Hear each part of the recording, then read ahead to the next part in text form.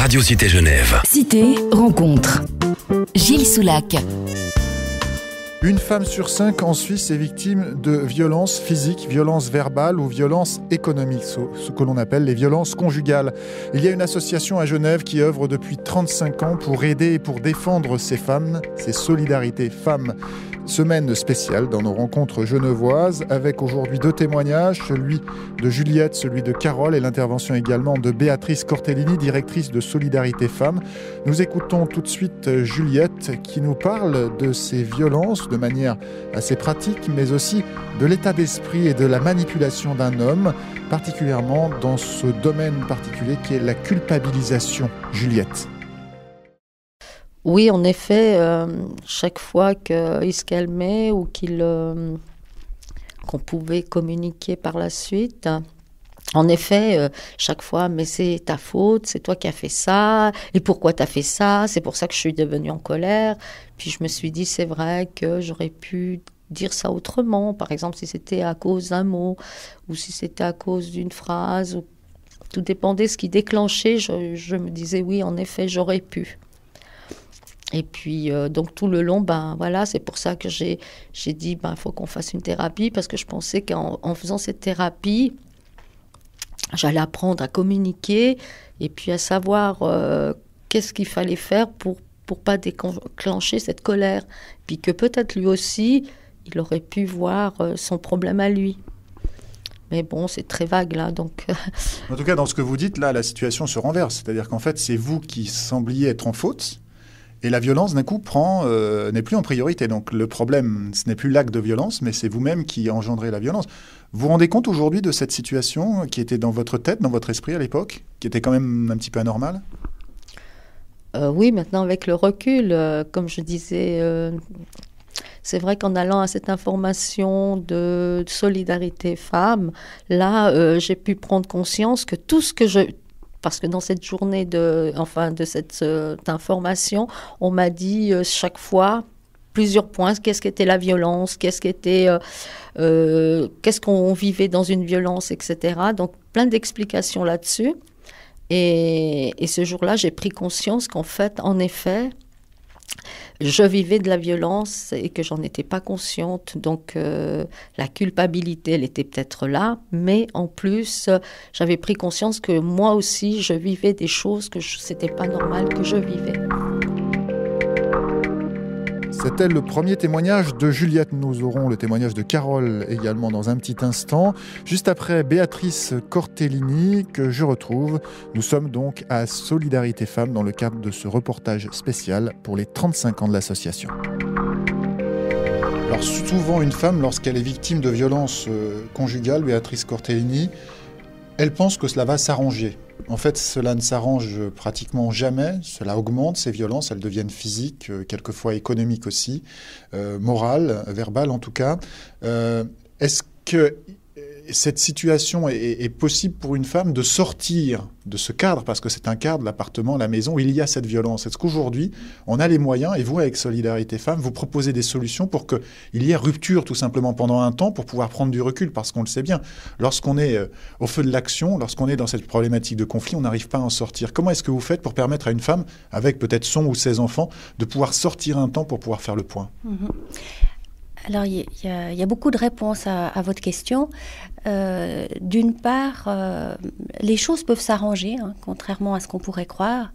Il y a quand même toute une part des situations où les choses peuvent s'améliorer, voire faire disparaître les types de violences. Évidemment, ça dépend à quel stade on en est, depuis combien de temps, etc. Mais par exemple, sur près de 500 femmes qu'on voit chaque année en consultation, à peu près la moitié, en tout cas dans l'année civile, va rester en couple. Évidemment, ça veut aussi dire que l'autre moitié, à moyen ou long terme, va devoir se séparer. Donc voilà, ça c'est la première chose que j'avais envie de préciser. Deuxièmement, effectivement, il faut pouvoir prendre du recul. Vous avez absolument raison. Et prendre du recul, ça va être peut-être dans des situations extrêmes, quitter le domicile, par exemple, pour quelque temps, le temps d'avoir la possibilité de réfléchir, de se poser, de se sentir en sécurité. Ça peut être aussi l'auteur des violences qui va être contraint de quitter le domicile aussi pour quelques jours, pour 30 jours maximum, par exemple, pour l'éloignement administratif, qui permet aussi le temps juste d'y voir un petit peu plus clair et de se renseigner. Mais il y a également, pour la plus grande nombre, la possibilité de prendre du recul dans la réflexion, c'est-à-dire en consultation. C'est-à-dire que c'est le temps de venir au centre de consultation, par exemple, mais ça peut être ailleurs, pour réfléchir, pour prendre justement ce recul sur la réflexion, être pas la tête dans le guidon, comme on dit. C'était la directrice de l'association Solidarité Femmes, Béatrice Cortellini. Dernier témoignage pour cette nouvelle émission consacrée à cette association et cette problématique des violences conjugales. Il s'agit de Carole. Nous la retrouvons également dans les locaux de Solidarité Femmes. Alors à un moment donné, il y a un choix de rompre le silence peut-être, de prendre conscience. On ne sait pas si vous aviez pris conscience précédemment de cette situation. Petit à petit, d'aller même dans cette structure Solidarité Femmes à Genève. Qu'est-ce qui s'est passé ? On n'accepte plus d'être culpabilisé, on n'accepte plus les violences verbales, d'être dénigré, d'être humilié ? Alors, il y a cette partie-là. Et puis, il y a les événements qui ont touché mes enfants, notamment le petit dernier, où monsieur l'avait dans ses bras, à la maison encore. Je venais de lui démontrer que j'étais au courant de certains de ses agissements pas très honnêtes et pas très fers. Et j'ai bien vu dans ses yeux que s'il avait pu, il serait parti avec le petit. Ça, c'était une chose.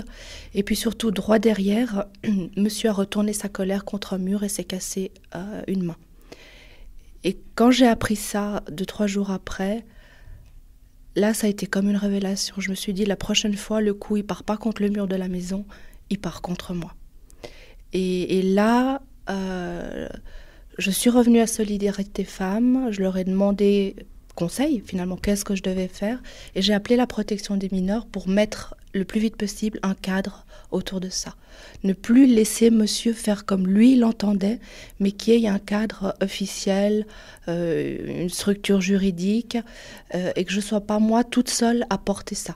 Parce qu'à un moment donné, moi c'était une période, je ne savais plus du tout où j'en étais. Je ne savais plus si je délirais complètement, si je devenais folle. Je ne savais plus si ce que j'allais mettre en place, c'était dans le bon sens, notamment pour les enfants, et notamment pour le petit dernier qui avait à peine 2 ans. Et j'avais vraiment besoin de soutien dans un cadre officiel. Alors, on comprend bien votre raisonnement, très organisé.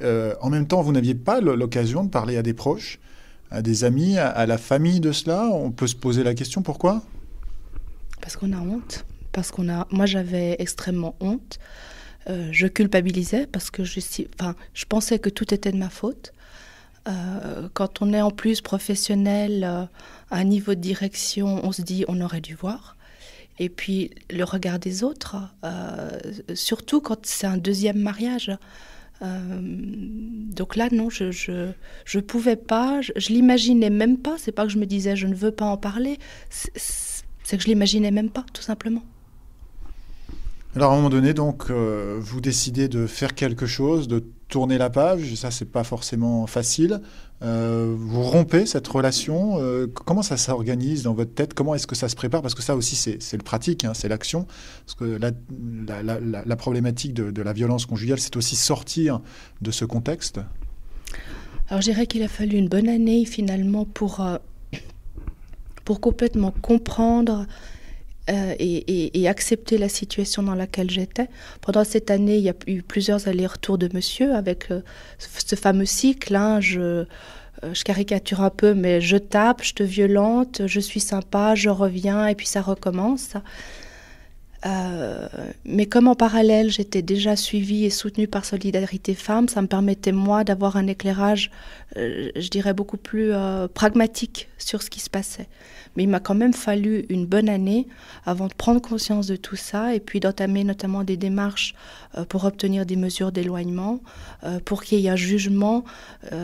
J'avais besoin d'avoir l'appui je dirais, des institutions et juridiques. Je ne pouvais plus, c'est-à-dire mon corps ne pouvait plus être seul en face de cette personne.